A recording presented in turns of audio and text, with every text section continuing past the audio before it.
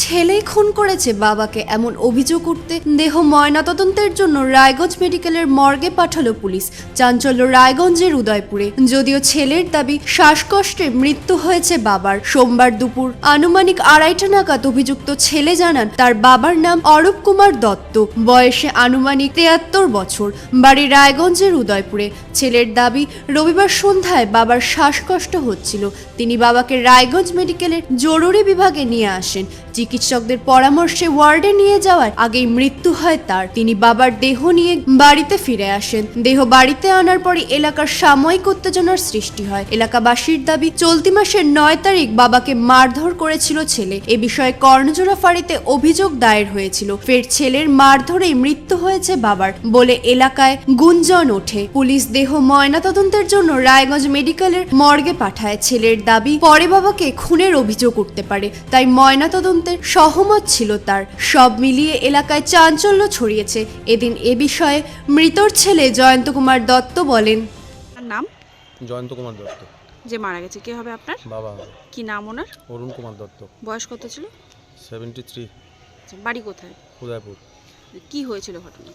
কালকে আমি সন্ধ্যাবেলা বাড়িতে ছিলাম না, আমার বউ উনি ছিল, আমাকে ফোন করলো সন্ধ্যাবেলা। আমি যখন বাড়িতে আসি তখন অলরেডি ওনার শ্বাসকষ্ট।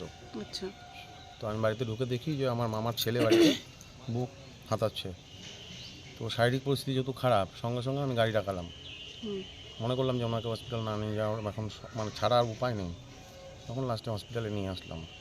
ডাক্তার দেখলো, দেখে অক্সিজেন দিল, ইঞ্জেকশন দেওয়ার পর যখন রেফার করে ওয়ার্ডে, তখন রাস্তাতে সিঁড়িতে উঠতে গিয়েই তার আগে উনি বাথরুম করেন। আচ্ছা, তারপর আমরা সঙ্গে সঙ্গে চিৎকার করার সাথে সাথে ডাক্তার লাস্ট চেষ্টাটা করলো আর কি। কি কাজ করতেন উনি?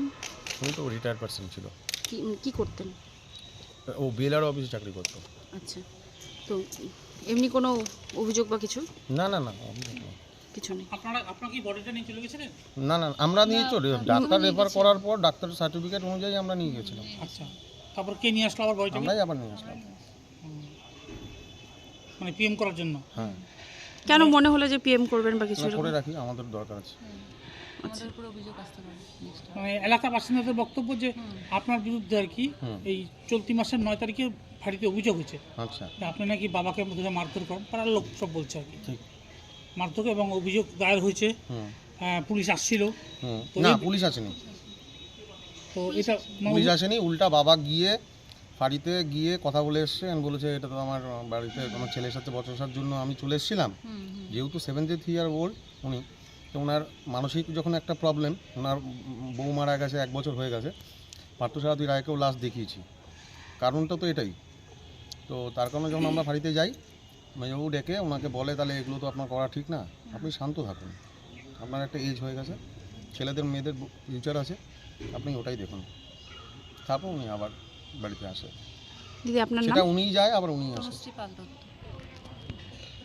ঠিক আছে। কি বলে আপনার মায়ের নাম কি ছিল? মালতী দত্ত। কীভাবে মারা গেছিল? মা তো লিভার সিরোসিস ছিল, হায়দ্রাবাদে ট্রিটমেন্ট হতো, আমি ট্রিটমেন্ট করাতাম। কারণ আপনার বিরুদ্ধে যে মানে এলাকাবাসী যেটা অভিযোগ করছে সেটা একদমই না, একদমই না, মারধর করতেন না? একদমই না। রায়গঞ্জ থেকে বিথিকা পালের রিপোর্ট, কুলিক নিউজ।